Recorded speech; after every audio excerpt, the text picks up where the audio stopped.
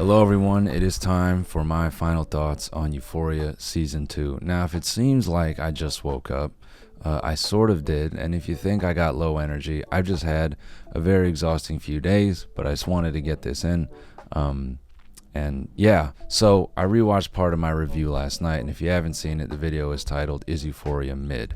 Big shout out to Charlie, aka Moist Critical, for mentioning that in his recent video about Euphoria. And now I'm here on my second video of Euphoria, talking about his video about Euphoria, which mentions my, okay, yeah, you get it. So let's get into the brown nosing part, where I look past all of the flaws in the show and I compliment a series of things that some of you would maybe counterpoint with, nah dog, the show is trash. For a show that arguably, in terms of the 8 episodes, doesn't exhibit a lot, meaning the actual events that take place are pretty, I don't know, you could call them simple in a way, but they manage to extract a lot out of something very small. For example, in another show, Rue relapsing may have just been a bit of dialogue, or, you know, a quick flashback, or something that is summarized very quickly.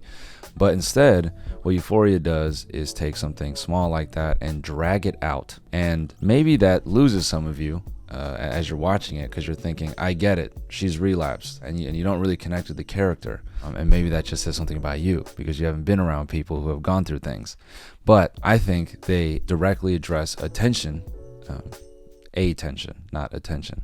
Okay. They highlight tension that is created when you're around a troubled person. It is something that drags out. It is something that doesn't just go away, and you feel it. And the fact that something that seems sort of simple and, you know, innocuous to other people, it just takes forever to resolve. I think that's a real feeling, whether you're a troubled person or someone you know is troubled. And I think in terms of art, it was actually a pretty successful presentation of what it's like to be around that. That episode where Rue wasn't, you know, voicing it over, and we just watched Cassie and Maddie and the girls all like kind of get into it, and this sort of like death of a salesman, I don't know, play type feel of an episode. It was a little bit cheesy, but I will say it is kind of cool to see a scripted show maybe push the boundary a little bit, or break the convention, sort of like your expectations of how a scripted show is supposed to go. And that expectation being, okay, there are these characters, the storyline's going to advance, and you as the viewer are craving certain degree of storytelling or certain,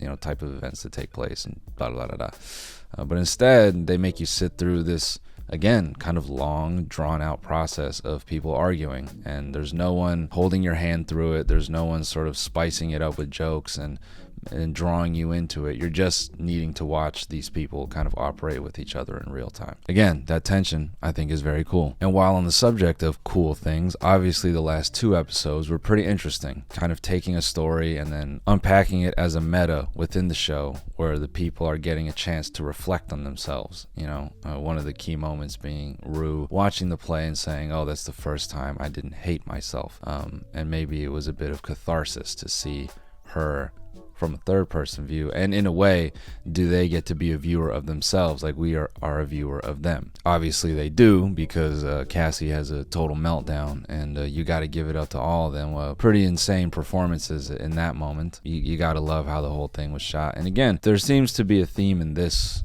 season where they kind of put it in front of you like a play, kind of the whole time. And I thought that, you know, from a sort of thematic point of view, that was a nice bow tie at the end for them to end it that way. Clearly a highlight for me was Rue's storyline. I think her as the main character, they really reestablished that, and they pull you back in, and they have you sort of drawn into her very, you know, strongly, because she's going through something. And again, you get to see this really erratic behavior unfold, and it keeps you on the edge, you know. And I don't feel that any of her behavior was too predictable, and it kept you guessing. It goes without saying, the use of film, and again, some of the cinematography, not some of it, a lot of it was highly impressive and really cool. And, you know, that's an undeniable part of the show. In fact, that's my only pushback on people who go, nah, dog, that show is trash. Look, if you're mad, I don't know, that some girl you likes the show, and therefore you reject it with all of your soul because you think girls like it, in one way, you are just objectively wrong. The show features some really impressive cinematography, difficult things to achieve, and maybe you can't appreciate that because either you don't watch a lot of film or you don't care, which is fine, but you cannot say wholesale that the show is trash. There are redeeming qualities about the show. Okay, brown nosing part over. Let's get into the part where we're a bit more critical.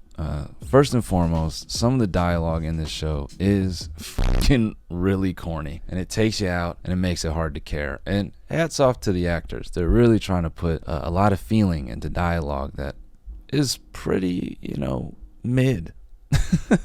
I'm going to be jumping around here, but I really want to give a big round of applause to Dominic Fike's debut music video, which was the finale of the show, where he plays obviously a new song for Rue. I thought there were a million other ways to do that.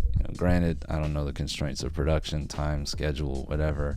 These things play a factor, so I'm going to withhold too much judgment. But I sort of felt like the conversation between Rue and Elliot could have just happened. She could have left, and then he could have played the song. And maybe they could have did some cool callback where, as he's playing the song, maybe they're showing some degree of montage, and then the montage ends with maybe Rue listening to it through a speaker next to Elliot, something like that. Granted, that advances the timeline on their friendship a lot, and Rue is trying to sort of, cut them off, and that would violate what happens later in the show when she nods up to him. But maybe they didn't need to necessarily share that moment. I don't know, it just felt highly awkward.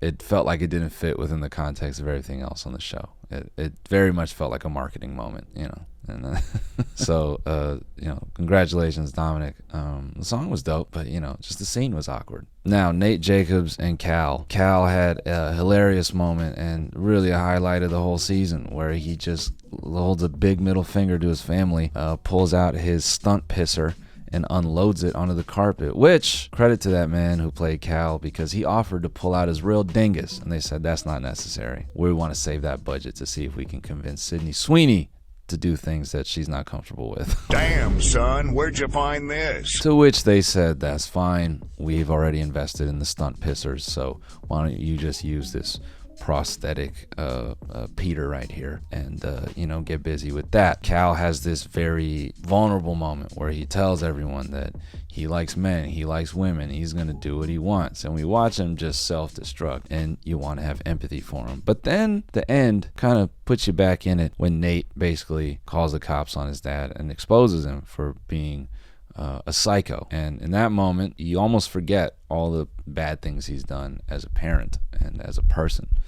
And the guy asks for forgiveness a lot, but he sort of represents that maybe he doesn't change. Maybe he's just too self-centered. Is Cal worthy of forgiveness simply because he maybe hid his sexuality from his family, and then he has his breakout moment? And we're all sitting there kind of loving it because we feel that Nate Jacobs is a piece of shit, so he deserves some kind of reprimand, right? And if there's anyone it could come from, it's his dad, and that's awesome because he idolized his dad. And for Nate Jacobs to get that brutal comeuppance where he's like, you're my biggest regret, I think everybody reveled in that. So when Nate Jacobs at the end turns in his own father, was that any bit of redemption for you as the viewer? For me, I don't really know. It escaped me when I watched it. When I first saw that scene, I just said, damn, he turned that motherfucker in.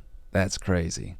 That was my assessment. Damn, that's crazy. It was only this morning when I sat there and I thought about it, like, well, Cal had that whole thing where he was just driving drunk in his Jeep and reminiscing about his boy and violating all that was sacred in his childhood, just trying to revisit memories, getting kicked out of gay bars and stuff like that. This dude was a bad person. He did some bad things. So just because he had himself a cry and a dance and he rekindled his gay spirit, does that excuse any of his behavior? Maybe that's a tricky thing to discuss, but I think when it comes to your children, they didn't ask to be there. So as a parent, I think when you bring kids into the world, whether you like it or not, that's your responsibility, and you owe them that. You legitimately owe them that.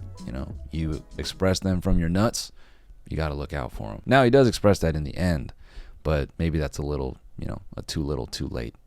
He should have thought about that for the 17 years Nate Jacobs was alive and holding a pistol to his brain, rather than at the end when he's surrounded by, his new friends and these new people, and he goes, damn, man, I fucked up. It's like, yeah, you did, because you're going to jail. Speaking of the Nate Jacobs, Cassie, Maddie thing, hilarious to watch on screen. Undeniably funny to watch on screen. that yielded a lot of gold.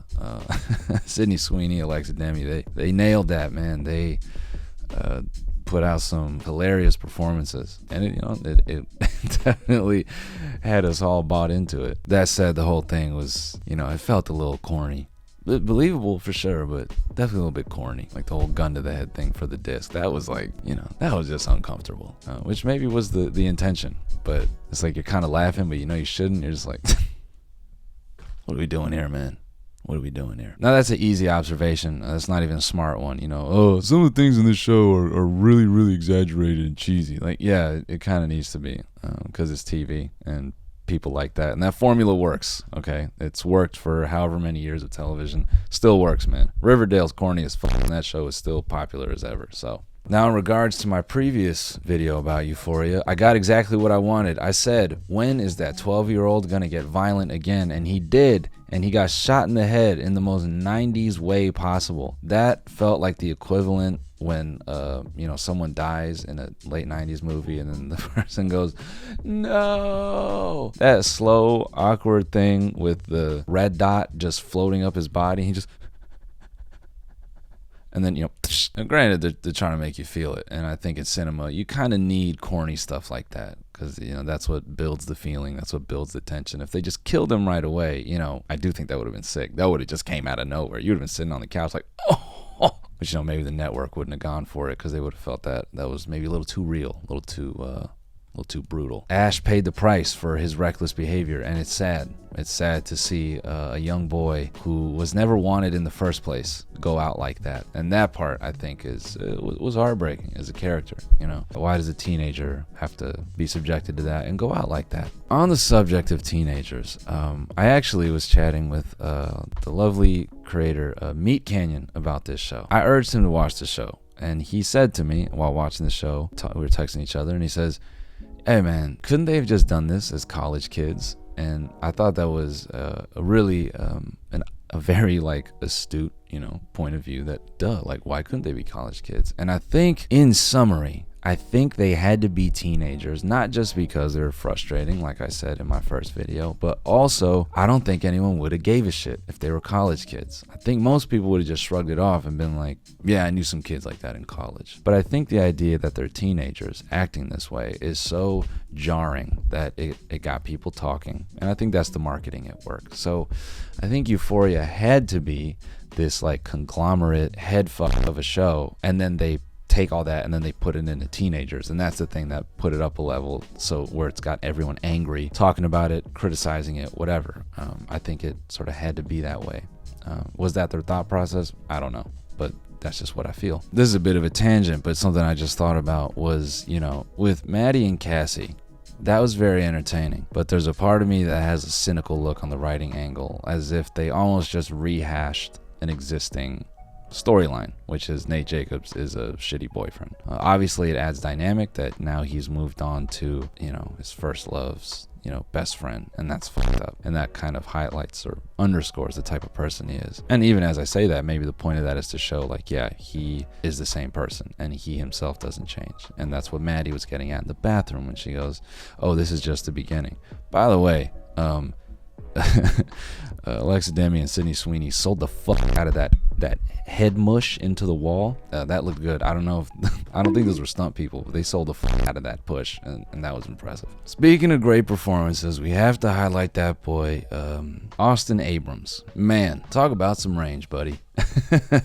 And just as important, Veronica Taylor plays the stage manager for Lexi. Man, the two of them, man, they had moments in the show that would be easily forgotten for some of the more dramatic or obvious things, I feel, and they added so much. I mean, man, just individually they put characters in there that really just I don't know, in my opinion, Austin Abrams just being this crazy improv kid on stage and just going between the characters that he did, and how accurate he was with playing the mom, and just super funny. And Veronica Taylor, I mean, god damn, imagine Bobby, the character, not being there for all the moments while Lexi was making her play. Arguably her character is what kept that shit interesting. You almost wanted to see shit happen in the play just to hear her commentary on it, and her unwavering support for Lexi. It added a lot, I feel. I'm sad that Ashtray is gone. That means we're not going to get our spinoff. And the way he went was, man, what a way to go. Fez, what a guy. What a guy who, trying to look out for the kid, willing to go to jail for him, willing to go to the very end. Now, there are some unanswered questions, and definitely opens the door for a season 3. Like, Rue owes Lori a shit ton of money for the drugs that she took. Is she ever going to pay her back? How did that get resolved? We don't know. Where does Nate Jacobs go from here? His dad's in prison. Does he carry on with Cassie and continue to have like some weird, whatever? Do Rue and Jules, fire it back up? Who knows? They definitely outdid themselves, I would say. Euphoria, we kind of get the vibe now. Mid-dialogue, amazing cinematography, and they get away with things that other shows really couldn't. They take things that are fairly simple and make them really interesting, at least in my opinion. And so you may be frustrated with the show because you may look at it and be like, this is just the hot person of TV shows. There's this other show that did the exact same thing, and I think it's maybe better or just as good, but no one cares about that show. People only like this show because it's hot. And it is. And you're just going to have to get over that. Is Euphoria mid? Yeah, in some aspects. But is it a good show? I think so. So I'm curious to see how season 3 goes. Anyway, feel free to have some chatter in the comments. Vocalize your ideas. Maybe discuss some things I missed. At the end of the day, this shit ain't too serious, man. It's just entertainment. So if you're about to leave something nasty, shut the fuck up. All right, I'll see you on the next one. Later. Hey, shit's play, man. I had to switch it up. Yeah, might lose a few. Ask me if I give a fuck.